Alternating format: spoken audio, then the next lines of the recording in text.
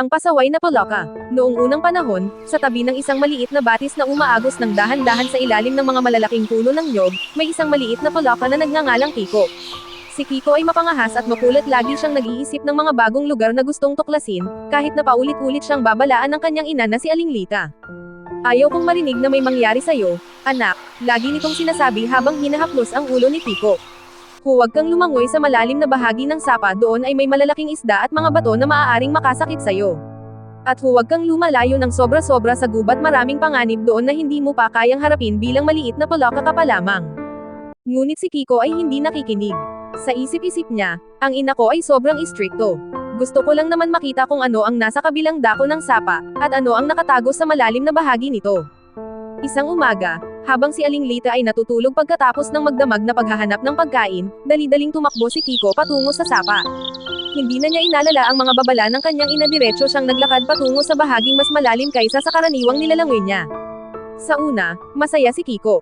Naramdaman niya ang tibok ng kanyang puso habang ang tubig ay umabot na sa kanyang dibdib.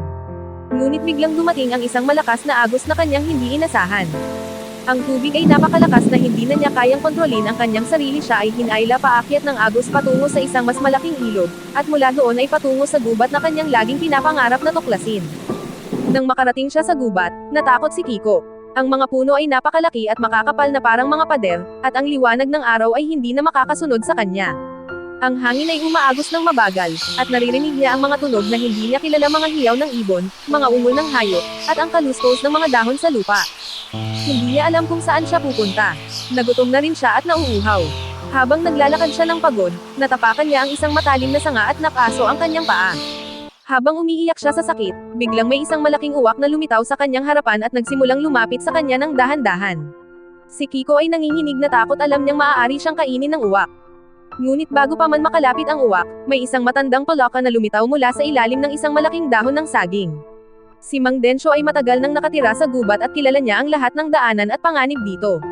Mabilis niyang kinaladkad si Kiko papunta sa isang ligtas na tabuan ng mga bato at tinakpan siya ng mga dahon para hindi makita ng uwak. Matapos umalis ang uwak, tinignan ni Mang Densyo ang sugat ni Kiko at kumuha ng mga dahon na nakakapagpagaling. "Bakit ka naman napadpad dito, maliit na Paloka?" tanong niya. Huminga ng malalim si Kiko at sinabi ang lahat kung paano siya hindi nakikinig sa kanyang ina, kung paano niya nilabag ang mga babala, at kung gaano na siya kitikot at nagdurusa ngayon. "Ang mga payo ng ating mga magulang ay hindi para pigilan tayo sa paglalaro o pagtuklas," sabi ni Mang Densyo habang inaalagaan ang sugat ni Kiko. "Ito ay para protektahan tayo mula sa mga panganib na hindi pa natin kayang intindihin o harapin. Ngayon mo na maramdaman kung gaano kadelikado ang mga bagay na inaalala ng iyong ina." Hindi nagtagal, tinulungan ni Mang Densyo si Kiko na makahanap ng daan pabalik sa kanilang batis. Habang naglalakad sila, itinuro rin ni Mang Densyo ang mga ligtas na lugar sa gubat, mga tamang paraan ng paghahanap ng pagkain, at paano makikilala ang mga panganib. Natuto si Kiko ng maraming bagay na hindi niya alam noon.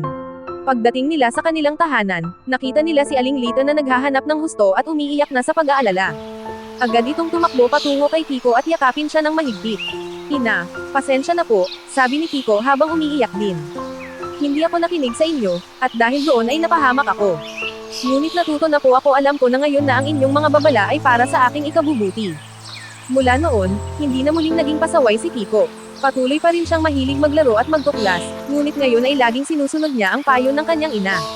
Tinuturuan na rin niya ang ibang maliliit na Paloka tungkol sa mga panganib sa malalim na sapa at sa gubat, at paano mahalaga ang pagiging maingat at pagpapahalaga sa mga payo ng mga nakatatanda sa kanila. Naging matalino at responsableng Paloka si Kiko, at lagi na niyang alaala ang mga aral na natutunan niya mula sa kanyang pagkakamali.